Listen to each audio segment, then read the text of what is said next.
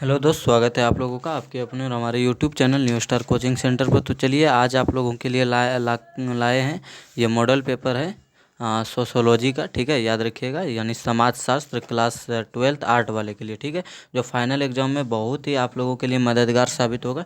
तो शुरू से अंत तक देखते रहिएगा। और हर सब्जेक्ट का 5 सेट होता है, तो इसका भी 5 सेट होगा। ठीक है, तो चलिए बिना लेट करते हुए स्टार्ट करते हैं। तो फर्स्ट क्वेश्चन है आप लोगों के समक्ष। फर्स्ट क्वेश्चन यही है कि निम्नलिखित में से थियोसॉफिकल सोसाइटी के संस्थापक कौन है। तो इसका जो राइट आंसर है वह हो जाएगा एनी बेसेंट, जो कि कांग्रेस पार्टी की प्रथम महिला अध्यक्ष रही आज़ादी के पूर्व। ग्रामीण एवं नगरीय समाज के बीच निम्नलिखित में कौन अंतर का आधार है। तो इसका जो राइट आंसर है वह हो जाएगा आप लोगों का उपर्युक्त सभी। जनसंख्या की दृष्टि से भारत का विश्व में कौन सा स्थान है। तो इसका राइट आंसर दूसरा। ठीक है, कुछ दिनों में पहला भी हो जाएगा अगर सरकार जनसंख्या नियंत्रण कानून लागू नहीं किया तो। निम्नलिखित में से परिवार का प्रकार क्या है। तो इसका जो राइट आंसर है वह हो जाएगा इनमें से सभी। निम्नलिखित में से शिकार एवं खाद्य संग्रहण जनजाति समूह क्या है। तो इसका जो राइट आंसर वह है ए यानी कुका। देखिए जितने भी इनमें से सभी है ना, ये सब आप लोग ध्यान से पढ़ लीजिएगा तीनों आंसर। ठीक है, और सुनने और देखने से बहुत याद होता है, इसलिए आप लोग सुनते रहे, देखते रहे।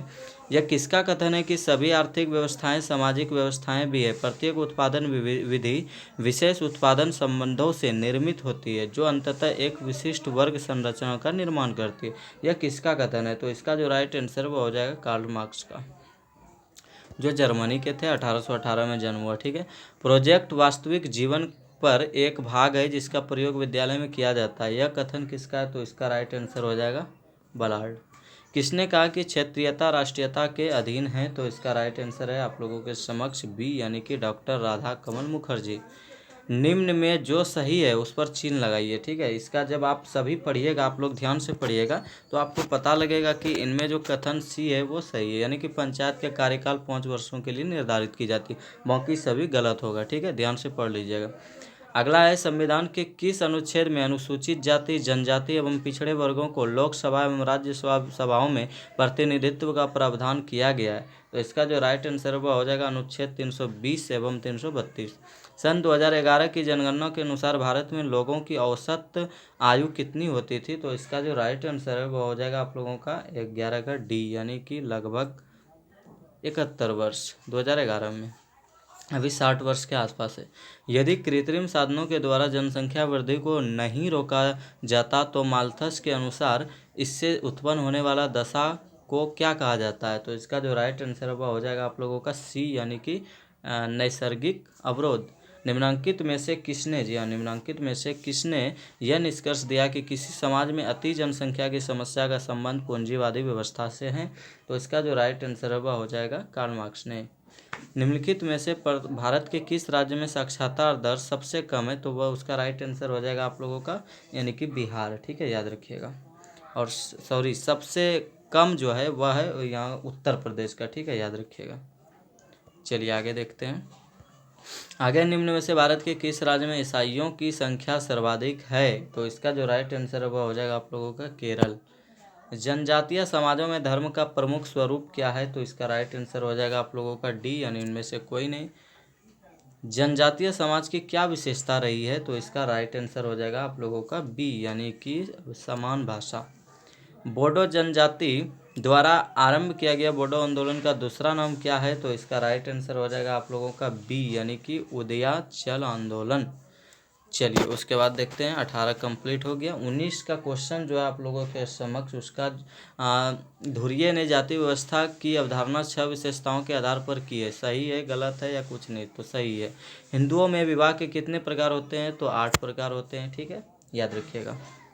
अगला है भारत में समन्वित जनजातीय विकास परियोजना आरंभ की गई कब। तो इसका राइट आंसर सन 1980 से। भारत का सबसे बड़ा जनजातीय समूह कौन है।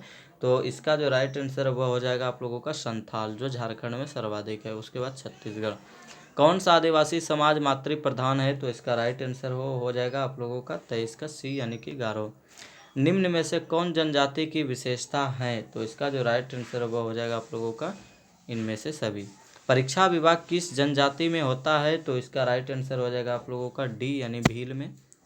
उसके बाद है निम्न में से किस, ये इम्पोर्टेंट क्वेश्चन है ठीक है, ये परीक्षा विभाग वाला। अगला है निम्न में से किस एक लेखक ने सामाजिक विषमताओं का विस्तार से अध्ययन किया, तो इसका राइट आंसर हो जाएगा आप लोगों का आद्रे बतेई ने, ठीक है, याद रखिएगा। चलिए अगला देखते हैं, संविधान के कौन से संशोधन के द्वारा स्थानीय स्वशासन में महिलाओं के प्रतिनिधित्व को बढ़ाने की कोशिश की गई, तो इसका जो राइट आंसर है वह हो जाएगा आप लोगों का 73वां एवं 74वां। राष्ट्रीय महिला आयोग की अध्यक्षा कौन है, तो इसका राइट आंसर हो जाएगा आप लोगों का गिरिजा व्यास। भारत सरकार ने सर्वप्रथम अल्पसंख्यक आयोग की स्थापना किस वर्ष की, तो इसका राइट आंसर है आप लोगों का ए यानी कि 1978। निम्न में से भारत के किस राज्य में ईसाइयों की संख्या सर्वाधिक है, तो इसका राइट आंसर केरल हो जाएगा, ठीक है। चलिए अगला देखेंगे हम लोग। तो अगला है, भारतीय समाज में प्रौद्योगिकी विकास के बाद भी असमानताकारी सामाजिक मूल्यों का प्रभाव बना हुआ, यह दशा निम्नलिखित में से किसे इंगित करती है, तो इसका राइट आंसर हो जाएगा आप लोगों का सी यानी सांस्कृतिक विलंबना यानी विडंबना। अपनों राष्ट्रीय जीवन को स्वस्थ और संगठित किए बिना निम्नलिखित में से कौन सी दशा अर्थहीन है, तो इसका जो राइट आंसर है वह हो जाएगा आप लोगों का डी यानी भूमंडलीकरण। भारत की सांस्कृतिक विरासत निम्नलिखित में से किस दिशा से संबंधित रही, तो इसका राइट आंसर हो जाएगा आप लोगों का सी यानी कि समन्वित संस्कृति, ठीक है। चलिए अगला देखते हैं, निम्न में से कौन एक व्यक्तित्व अध्ययन से संबंधित सूचनाओं का प्राथमिक स्रोत है, तो इसका जो राइट आंसर है वह हो जाएगा आप लोगों का अवलोकन। प्रश्नावली द्वारा केवल उन्हीं व्यक्तियों से सूचनाएं प्राप्त की जा सकती है जो क्या होते हैं, तो इसका राइट आंसर हो जाएगा जो शिक्षित हों। चलिए अगला देखते हैं, हमारे वायुमंडल में किस गैस की मात्रा सबसे अधिक है, तो नाइट्रोजन की, याद रखिएगा, ठीक है, वेरी इंपॉर्टेंट क्वेश्चन। और अगला जो है वह हो जाएगा, किस वर्ष से बलवंत राय मेहता कमेटी की सिफारिशों के आधार पर विभिन्न राज्यों में नया पंचायती राज कानून लागू होना शुरू हुआ, यानी पंचायती राज जो लागू हुआ वह उन्हीं के यानी बलवंत राय के कमेटी के द्वारा ही, लेकिन कब, तो इसका जो राइट आंसर है वह हो जाएगा 1965 से। बलवंत राय मेहता समिति की सिफारिशों को लागू करने वाला पहला राज्य कौन बना, तो इसका राइट आंसर हो जाएगा आप लोगों का सी यानी राजस्थान, यानी पहला जो पंचायती राज व्यवस्था लागू हुआ वह राजस्थान से ही। कितने वर्ष के अंतर्गत बच्चों को किसी खतरनाक कार्य में लगाना दंडनीय अपराध है, तो इसका राइट आंसर हो जाएगा आप लोगों का 39 का ए यानी 14, ठीक है। 73वां संविधान संशोधन कब पास किया गया, तो इसका राइट आंसर है आप लोगों के समक्ष यानी कि डी यानी 1992। कब वृद्धों के लिए राष्ट्रीय नीति की घोषणा की गई, तो इसका जो राइट आंसर हो जाएगा वह हो जाएगा दोस्त आप लोगों का 1999। हिंदू विवाह अधिनियम कब पारित हुआ, और 1999 में ही जदयू यानी जनता दल यूनाइटेड नीतीश कुमार द्वारा पार्टी बनाया गया। 42 नंबर का जो राइट आंसर हो जाएगा वह हो जाएगा 1955 यानी हिंदू विवाह अधिनियम पारित हुआ। आदिवासी महासभा एक संगठन था किसका, तो इसका जो राइट आंसर हो जाएगा वह हो जाएगा आप लोगों का संथाल का। चलिए आगे देखेंगे, हिंदू महिलाओं की संपत्ति में अधिकार का अधिनियम पारित हुआ कब, तो इसका राइट आंसर हो जाएगा ए यानी 1987। भारत में झारखंड आंदोलन का आरंभ किस जनजाति द्वारा किया गया था, तो इसका राइट आंसर हो जाएगा आप लोगों का 45 नंबर में डी संथाल जनजाति। चलिए अगला है, उत्तराखंड के चिपको आंदोलन को प्रभावपूर्ण बनाने में किसका योगदान प्रमुख है, तो इसका राइट आंसर हो जाएगा आप लोगों का गौरा देवी का। भूमि सुधार किस राज्य में सर्वाधिक सफल रहा, तो इसका राइट आंसर हो जाएगा आप लोगों का सी यानी कि पश्चिम बंगाल। चलिए आगे देखते हैं, ये आप लोगों का 47 नंबर क्वेश्चन है, ठीक है। चलिए ध्यान दीजिएगा, भूमि सुधार किस राज्य में सर्वाधिक, ये तो हो ही गया आप लोगों का यानी पश्चिम बंगाल। क्रांति का मुख्य कारक क्या है, तो हरित क्रांति का मुख्य कारक है रासायनिक खाद और बीज, ठीक है, याद रखिएगा।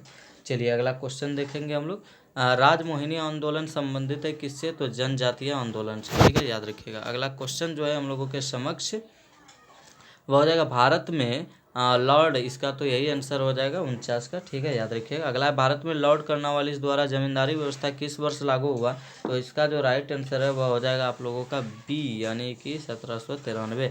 रेडियो का आविष्कार कब हुआ, तो बहुत इंपॉर्टेंट क्वेश्चन है, इसका राइट आंसर हो जाएगा 1895 में। प्रसार भारती का गठन कब हुआ, तो इसका राइट आंसर सी यानी 1997। चलिए अगला क्वेश्चन है, भारत में विविधतर टीवी सेवा का आरंभ कब हुआ, तो इसका राइट आंसर हो जाएगा आप लोगों का ए यानी 15 अगस्त 1965। आज़ादी के यानी कि यही रखिए 17 सॉरी यानी जोड़ लीजिए 47 और इधर से यानी कि लगभग वही रखिए 18 साल के आसपास, ठीक है। भारत में चिपको आंदोलन की अगुवाई किसने की? तो इसका राइट आंसर हो जाएगा आप लोगों का डी, यानी कि अमृताबाई ने, ठीक है।